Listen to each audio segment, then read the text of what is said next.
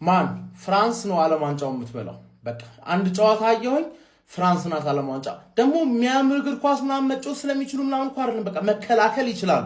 ገባ ከፊት ያሉት ሰዎች ደግሞ ምንም አይቀናጁ ኢንዲቪጁዋል ሰልፊሽ ምናምን ጨዋታ ሁለት ተጫዋቾች ብቻ ይግባቡ። ሁለት ተጫዋቾች ብቻ ፈርስት ሃፍ እንደውም ሴኔጋል አሪፍ ነበረች ተፍተፍ ያለች ነበር። በቃ ፈረንሳይ ቡድን ማየት የማይደርስ ምናምን ብዬ ሰከንድ ሃፍ ኦሊሴ ብቻ ብቅ አለና ኤምባፔ ከሰጠው ታውቃለህ እኮ ሰከንድ ጎሉ ራሱ ኤምባፔ ምን አይነት ስክሪመር ነው። 2-1 አረጉት ብዬ 94ኛ ደቂቃ ላይ ገና ተሳል ኤምባፔ ወዲያውኑ ተስፋ አስቆርጣቸው ማለት ገባ። ኦሊሴ ስንጥቅ ኤምባፔ ጎል ስንት ጎል ራሱ ኦሊሴ አወራ ኦሊሴ አንተ ሁለት ተጫዋች ብቻ አሪፍ ይሁን ከፊት ለፊት አምስት ያገቡባል። ሁለት አይደለም አምስት ያገቡባል። ዳም ማን ነው የሚያቆመው ይሄን ቡድን? ስለዚህ ዲፌንስ ላይ ኡፓሜካኖና ሳሊባ አሉ። በመከራ ነው የምታልፈው በመከራ ነው። ኩንዴና ቲዮ ሄርናንዴዝ በመከራ ቱሚኒ ዲስትሮይ ያደርጋል አያቀብልም። ዲስትሮይ ያደርጋል አለቀ አታገባበትም። ከዛ ላይ እንደምንም ብሎ ኦሊሴ ለኤምባፔ ዴምቤሌ ብቻውን ሮጦ ዱዌ አጣጥፎ ገባረ ራቢዮ ለባርኮላ የሚገርም ጂፕ ፊኒሽ። ሁለት ተጫዋች ብቻ ከቻለ ለአንድ ሰከንድ አንድ ያገቡባል 1-0 ተሸነፋለህ። አንተ ታገባለህ ወይ ነው ጥያቄው። አንተ ታገባለህ ወይ? ፍራንስ ወርልድ ካፕ ፍራንስ ተመልሳለች። ወርልድ ካፕ ፍራንስ ነው ዘንድሮ አላሽ። ፈረንሳይ ለምን የ2026ቱን የዓለም ዋንጫ ታነሳለች ተብሎ እንደሚጠበቅ ያሳየች ይመስለኛል። 3-1 የሚገርም ቡድን ነው። ተቀይሮ የሚወጡትን ተጫዋቾችና ተቀይሮ የሚገቡትን ተጫዋቾች አይታችኋል። ቼልኬ አልጀመረም እዚህ ጨዋታ ላይ ኢማጂን ባርኮላ ተቀይሮ ገብቶ ጎል። ይሄ ተውት፣ ምባፔ ተውት። የሴኔጋል ቲም ምርጥ ቲም ነው፣ ነገር ግን አጥቂ የለውም። አሪፍ ተጫውተዋል ሴኔጋሎች፣ በተለይ ፈርስት ሃፍ ላይ እስከ 64ኛ ደቂቃ አሪፍ ተጫውተዋል፣ ነገር ግን አጥቂ የለም። ኒኮላስ ጃክሰን አጥቂ አይደለም። ይህን የመሰለ ቲም ሰርቶ ሴኔጋሎች ግን አጥቂ የላቸውም። ፈረንሳይ ግን የዓለም ዋንጫውን እንደምታነሳ እርግጠኛ ታነሳለች ብዬ ምን እገምታለሁ። ከመጀመሪያ ጀምሮም ስናገር ነበረ። የሚገርም ቲም ነው ያላቸው። ምን አለ አንዱ የአፍሪካ ካፕ ኦፍ ኔሽን ይመስላል ዛሬ አላለም የሆነ ፖስት ላይ ማለት ነው። የአፍሪካ ተጫዋቾች ናቸው በጠቅላላ። አንድ ራቢዮት ነበረ ትክክለኛ የፈረንሳይ ተወላጅ አሚን ወራሚን ነጭ ተጫዋች ማለት ነው። ነገር ግን ፈረንሳዮች በዚህም በዛም ብለው 3-1 አሸንፈው ወጥቷል። የሚገርም ውጤት ነው። የሚገመት ነው። ፈረንሳይ ለኔ ያለ ዋንጫ ታነሳለች ተብሎ ይጠበቃል።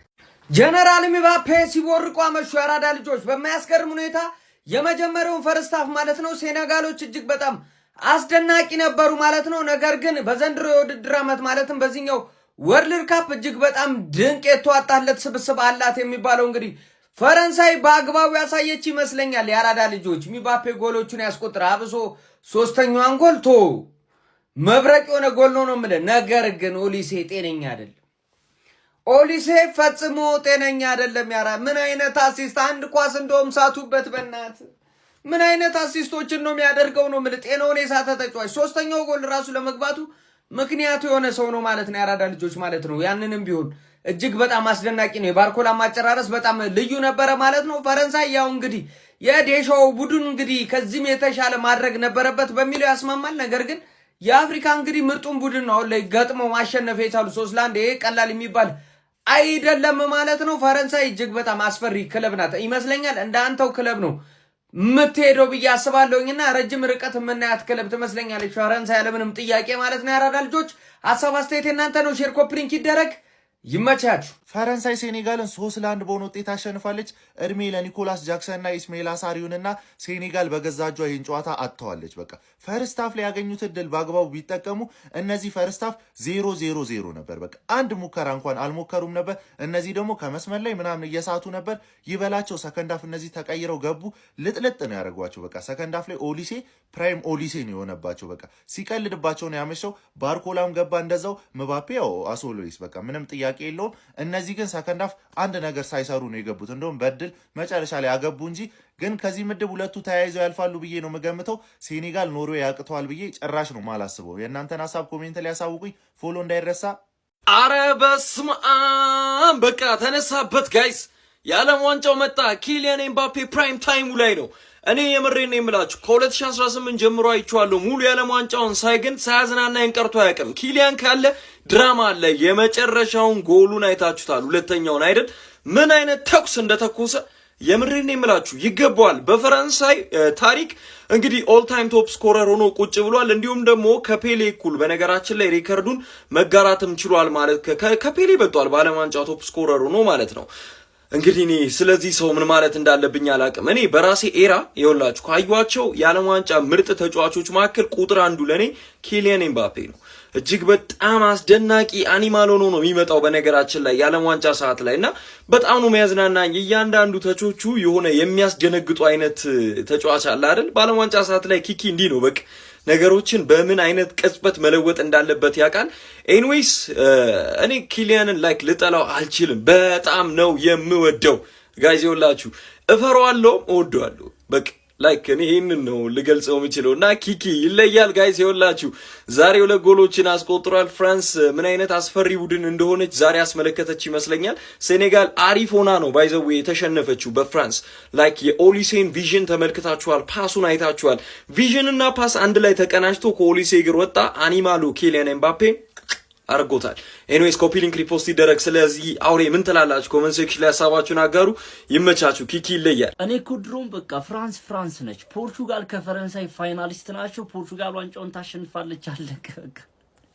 ፈርስት አፍ ማለት ነው። ስለ ፈረንሳይ ያወራሁትን ነገር ከንዝዩ ምንድነው ፈርስት አፍ ሰከንድ አፍ የፔዥ ሙድን ያራመዱት በቃ እንዳለ የፊት መስመሩ ሮቴት እያደረገ ምናምን ኦዲሽ ወደ ሚድፊልድ እየገባ ኪሊያን ምባፔ በዚህ በኩል ዲዜሬ ዲዌ ራሱ በዚህ በኩል ሲመጣ ነበር ራይት ዊንግ ላይ ምናና ፔዥ ሙድን ያራመዱ ሰከንድ አፍ ምን አይነት ኪሊያን ምባፔ ምን አይነት ጎል ነው ያስቆጠረው? ጭራሽ ሁለተኛው ጎል ሊያልቅ ሲል ማለት ነው እግዚአብሔር ባርኮ ላይ ለኪሊያን ምባፔ የመጀመሪያው ጎል አሲስት ኦሊሴ ማይክል ኦሊሴ ምን አይነት አሲስት ነው ያደረገለት? እኔ በቃ ፐርሰናሊ ኪሊያኑ ለጎል አስቆጥሯል ግን ኦሊሴ ጨዋታው ኮኮብ ከዛ በፊት ራሱ የሚገርም ኳስ ሰጥቶት ነበር። ኦሊሴ እንዴት አባቱ ነው የሚችለው? የሚገርም ባሎን ዶር ሲዝን እያሳለፈ ነው። ፈረንሳይ ፋይናሊስት ምትሆን ከሆነ ደግሞ ይሄንን ዋንጫ የምታሸንፍ ከሆነ ኦብቪየስሊ ማይክል ኦሊሴ ባሎን ዶር ማሸነፍ አለበት። በቃ ዲዘርቭ ያደርጋል ከየትኛውም ተጫዋች በበለጠ መንገድ ማለት ነው። ጎሎቹ ሰከንድ አፍ አጠቃላይ ምን አይነት ኳስ ፈርስት አፍ ኢሚዲየትሊ ሌላ ሰከንድ አፍ ኢሚዲየትሊ ሌላ ማለት ሰከንድ አፍ እንዳለ የተቆጠሩት ጎሎች ምናምን ነገር ያባበዱ ጎሎች ነበሩ። የሴኔጋሉ ግብ ጠባቂ ሜንዲንም አለማድነቅ አይቻልም። በጣም የሚገርም ፐርፎርማንስ ነበር። የኪሊያን ምባፔ የሚገርም ኳስ የኦሊሴን የሚገራርሙ ኳሶች ሲያወጣ ነበር። ብቻ ያበደ ጨዋታ ነበር። ሰከንድ አፉ አጠቃላይ በጣም ያበደ ነበር። ፈርስት አፉ ደግሞ የመጨረሻ ዘጊ ጨዋታ ነበረ።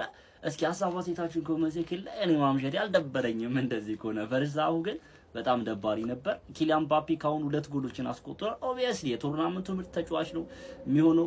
የውድድሩ ኮከብ ጎል አስቆጣሪ ይሆናል። ግን ዋንጫውን ያው ሮናልዶ ይበላል። ፋይናሊስት ፖርቹጋል ከፈረንሳይ ፖርቹጋል ዋንጫውን ታሸንፋለች ብዬ አስባለሁ። እኔ ፐርሰናሊ ያው ፍላጎቴ ስለሆነ ነው፣ አትፍረዱብኝ። ኤኒዌይ ሀሳብ አስተያየታችሁን ኮሜንት ላይ ፎሎ ማድረግ እንዳይረሳ። ይመሻችሁ።